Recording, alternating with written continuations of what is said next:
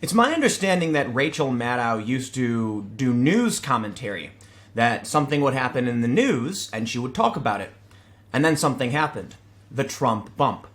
These hosts, like Rachel Maddow and many of the personalities who become famous through MSNBC and the RussiaGate conspiracy, well, they chased this for so long, the ratings are built upon it. So let me explain something.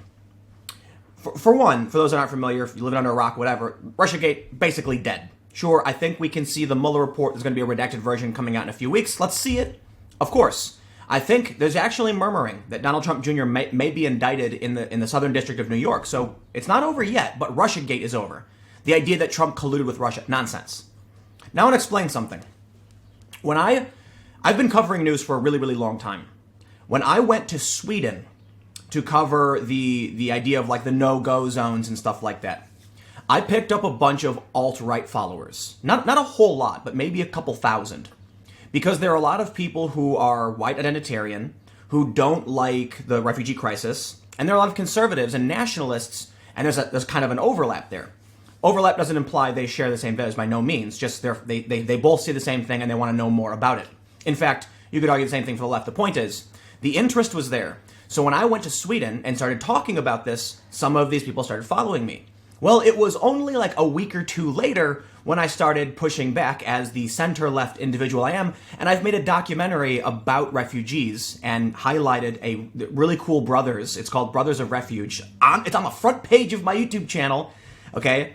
They started to figure out, well, wait a minute, this guy's actually a liberal, and they all unfollowed me. And I actually saw some subscribers go down following Sweden because there were people who didn't know, like they saw I was covering stuff on the ground, and they were like, oh, yeah, great, rah, and they believed in something. And then when I came out later with more commentary saying, like, let's talk about the nuance, they went, he's lying, and they unsubscribed.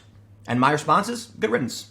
Look, man, I'm not here to blow smoke up your ass, to lie to you, to tell you something that is or isn't true. I'm not here to chase an agenda. My goal with making videos isn't propaganda.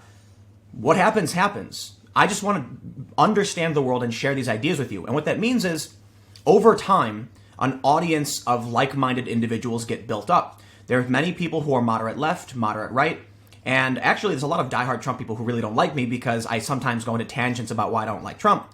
But what ends up happening is I gain subscribers, and then after a little while, some of them might say, oh, whoa, I really don't like this guy, and they leave. And that's unfortunate, but that's how it works.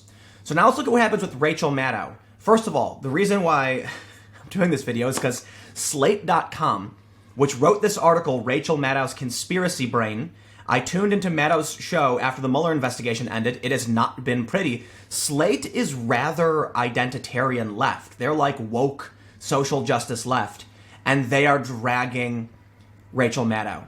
You know the meme of the white arm and the black arm, and it's like two different things coming together for one idea? I was seeing a bunch of people who are progressive anti-war leftists, and they're agreeing with conservatives, and they're retweeting each other, like Glenn Greenwald, for instance, and I was like, wow, uniting anti-establishment left and right, making fun of RussiaGaters. But so let me explain this. Even though RussiaGate is dead, what are they still doing? Well, this article is specifically about how Rachel Maddow is not letting it go. There are too many people who built an audience on nothing but RussiaGate. But more importantly, as I explained in the beginning, some people will follow or subscribe and then eventually leave when they don't like what you're doing. So what happened was, when RussiaGate was going full steam, full speed ahead, Rachel Maddow was like, this is the fastest path to increasing our ratings. Several other personalities said this is the fastest path towards building a subscriber base. What happens? Moderate, sane individuals leave.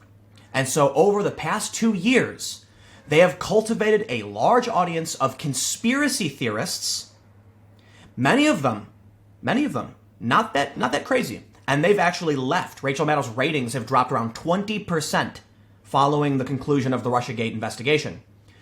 But Rachel Maddow's core audience are people who can't let this go. You look at the tweets from her and some of her personalities she has on her show on MSNBC, and you can see all these people saying things like, we need to press them further, it's not over yet, Bill Barr's a liar, Mueller was in it the whole time, because this is who they are. Conspiracy theorists who believe conspiracy nonsense. So here's what happens. Rachel Maddow makes content 3 years ago.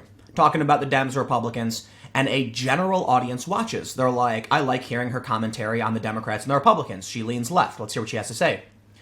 Once she starts going crazy on RussiaGate, the moderate, sane people are like, I don't want to watch this anymore, and they leave.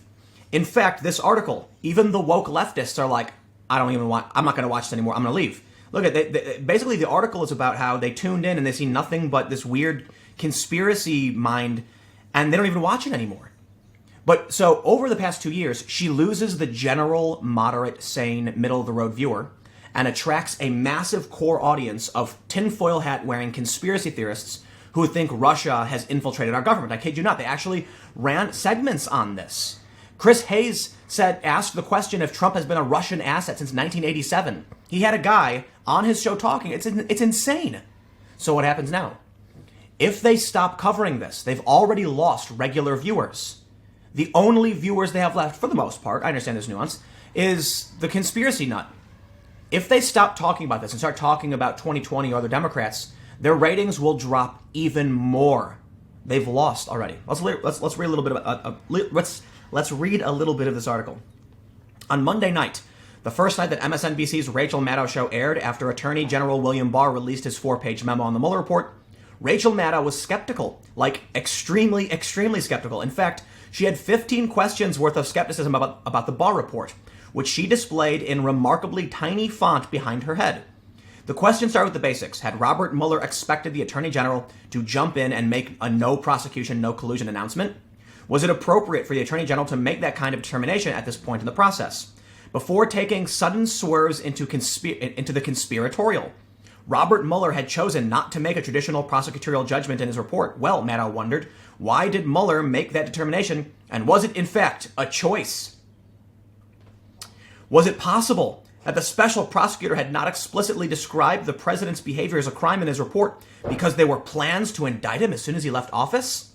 How about the quote we got from the Mueller report so far is that there was no evidence of collusion and no determination on obstruction, and there are no more indictments. Even Slate recognizes this, and Slate doesn't like Trump at all. They're regressive, identitarian left for the most part. Since Donald Trump's elections, Rachel Maddow has climbed to the top of cable news ratings with a resistance bullhorn and a conspiratorial vision of the Trump presidency. She has traded the #1 slot with Fox's leading conspiratorialist Sean Hannity. They don't even like to say they hate Fox. The flip side of her cabal spotting coin. In the days since Mueller investigation concluded, her ratings have dipped and Hannity's have risen. Hannity, the president's phone-a-friend, is widely understood to be a propagandist for the administration, perhaps even by his own audience, MAGA devotees who would never hold such a thing against him. Night after night, he pushes deranged factual interpretations. Ocasio-Cortez is an actress, not a congresswoman. The Mueller investigation is an attempted deep state coup that turned into a world that turned the world into a wall of crazy targeting the Trump regime. Full disclosure, I am no fan of Hannity. I mean no disrespect. I just don't like his work. I think Tucker's okay, but for the most part, Tucker's basically the only person I'm interested in watching on Fox News, which shouldn't surprise many of you. But Maddow, too, has turned the universe into an intricate web of intersecting plots that all lead to one conclusion: collusion. In the days since the Mueller report was sent to Barr, Maddow has held fast to her faith that Mueller is some kind of avenging hero who will get Trump in the end as we await the Mueller report, she said on Tuesday night. This is insane. Seriously, we are left with an incredibly provocative set of unexplained behaviors. Then she queued up the mystery sound, a not particularly eerie ding she used to introduce a long digression about still active mystery case, in which a mystery company owned by a mystery country has resisted all attempts to testify about some mystery topic at the special prosecutor's request. Is she talking about Russia and some Russian media company? Which she then tied to a number of other still active parts of the Mueller investigation, which she intimated could still result in something damning. Well, sure. There have been a bunch of indictments, I think 37, 12 of which I think were Russian citizens trying to interfere in the election, but nothing had to do with any collusion. In fact, the Mueller summary from Barr says not only was there no collusion with the Trump administration, but no Americans at all. So Glenn Greenwald, I'm loving Glenn Greenwald's tweets because he's going ham. He said, so are we supposed to assume, watching Rachel Maddow's show, that Bill Barr is lying about what's in Mueller's report, and Robert Mueller is just sitting there doing nothing with his, he can't say anything. No, if Bill Barr came out and lied, Robert Mueller would issue a statement, like he did when BuzzFeed got the story wrong about Michael Cohen. So look at this. One of the most important points, because I'm not going to go on for too long. It's true that a case involving the subpoena of a still anonymous foreign corporation is ongoing, as are other prosecutions, like Roger Stone. But we can be fairly certain that Mueller has decided these cases are not relevant to the question of whether he will issue indictments for conspiracy and coordination with Russia, since, among other things, he seems to have decided to issue no indictments at all, and no sealed indictments. Maddow's winking insistence otherwise feels like willful misdirection. All of this stuff is live, she said, with the amused, self-assured look of someone who thinks they have figured out a magician's trick, even as it's shutting down. There's no reason to peel the arrows and news clippings off the wall so long as you can find a new string. Let's just jump down to the bottom, because I'll admit that I haven't watched Maddow regularly for the past few years. Turning on her show this week was like discovering a Facebook friend is on the verge of a nervous breakdown. Good job, Slate. She looks the same as she did. She even sounds the same. But 15 minutes into a conspiratorial rant with no sense of proportion or honestly responsibility, you realize that something has gone wildly wrong. She wants to believe the instantly impeachable truth is out there more than she wants the truth. As gnarly and corrupt as it is, it's easy to understand why this might appeal to the 4 million or so Trump-sick viewers who regularly watch Maddow's program. It's actually down to 2.5 million was her latest. But her audience is being served an alt reality just as surely as Hannity's is. If her audience is susceptible ostriches and amateur detectives, people who bury themselves in conspiratorial details, hoping to unearth the one clue that will beam us out of this reality, it is not as malignant as Fox's audience of the hateful, aggrieved, and ignorant, in this one regard at least. What's happening between MSNBC and Fox is not a contest. More than one cable news host can disserve their audience at a time. I don't like Maddow or Hannity, so I'm not going to, clearly this person at Slate, they're partisan left, SJW type, whatever.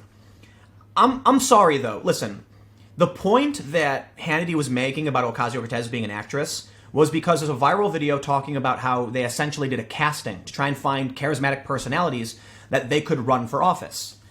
Hannity's framing of it, if I'm going to assume this guy's telling the truth, which I kind of doubt, is a bit extreme. And one of the reasons why I'm not a fan of Hannity. I think Hannity is kind of like plastic. I don't trust his opinion.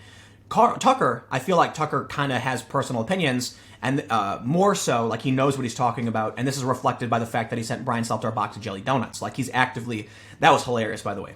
But long story short, I think what Hannity's saying has a basis in reality.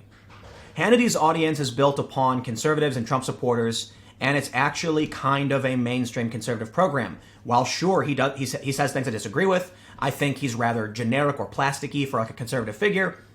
It's dramatically different from Rachel Maddow getting the news that the Mueller investigation has concluded no indictments, no Russia, and she keeps going. Look, we saw in the past week, following the Mueller report and the summary, Hannity's ratings are up over 1 million viewers, and Maddow's are down nearly 500,000. Why? Plain and simple. As much as Slate might want to say that Hannity is worse, all that really matters to me and to most people is, did they get the story right? Rachel Maddow didn't, and she won't shut up. She can't. Her whole audience is built around this narrative. What's she gonna do? At least Hannity has more credibility than she does, so I'm not surprised people would rather watch him. Listen, when I criticize Hannity and other Fox hosts, don't get me wrong, it's because I sit here reading the news all day, every day. And that's why I'm like, Tucker does a pretty good job for the most part. I don't agree with a lot of his opinions, but I think he gets a lot of important points right. And he's having people like, I think Eric Weinstein, he had me on his show, and it's showing a good faith effort, in my opinion, to kind of reach out to other. He has Antifa on his show and stuff like that. It's great. I respect that. But here's the thing. To the average person, I do not expect you sitting at home, driving in your car to work, going to school, headphones in on your phone, to read the news all day, every day, like I do. The average person can't spend time reading. I read probably 100 articles per day, nonstop, watch all these videos, and I'm constantly digging and investigating because that's my job. So I have a certain understanding. But here's what's going to happen. The average person is going to say, listen, man, I don't have time to read the news all day. I'm a plumber.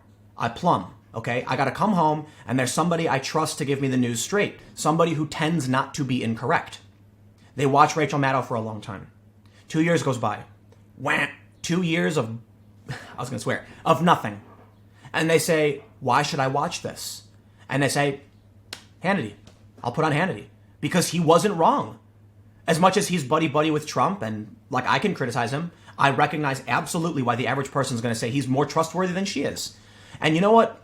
This is what gets Trump his reelection. You reap what you sow, Rachel Maddow. They don't care, right? I think Rachel Maddow is just chasing the Trump bump. She'll do whatever it takes. And this is helping the Republicans win. And it's funny because for those that are familiar, you know, I did a full disclosure before about how I supported Tulsi Gabbard and Andrew Yang. Tulsi recently came out with a video denouncing identity politics. She said no collusion is good news. I think Tulsi is fantastic. But what am I seeing? I'm seeing Rachel Maddow help Trump win. So how do you think sane liberals feel? My understanding is most sane liberals don't want to speak out. They don't want to get attacked by the mob. But, you know, I see people like Michael Tracy's a really good example. He's a progressive, but he's not like an insane person. He's like a sane person like Glenn Greenwald. I disagree with a lot of their opinions, but they point to the conspiracy and say, stop. And what does Michael Tracy tweet about? He says, you are getting Trump reelected. The left is fractured. It's insane how fractured the left is. And Rachel Maddow is one of the key figures dividing the left with this insane nonsense. I'm going to leave it there. Stick around. I got more videos coming up. You may be hearing noises because we're working. We're setting up a new space and a desk, and camera will probably change. But stick around. The next video is going to be at 1 p.m. I will see you then.